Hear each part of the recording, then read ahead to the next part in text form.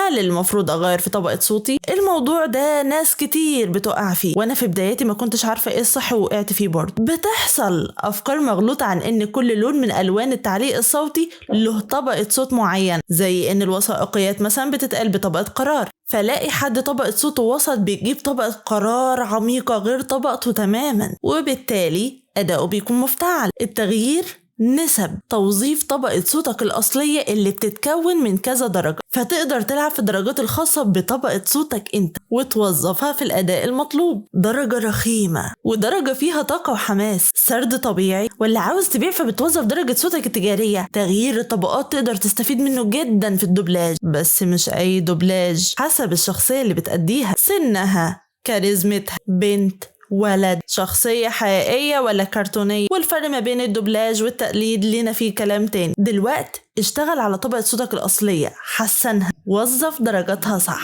أنا عايدة طاهر فويس أوفر، هكون معاك خطوة بخطوة في رحلتك للتعليق الصوتي.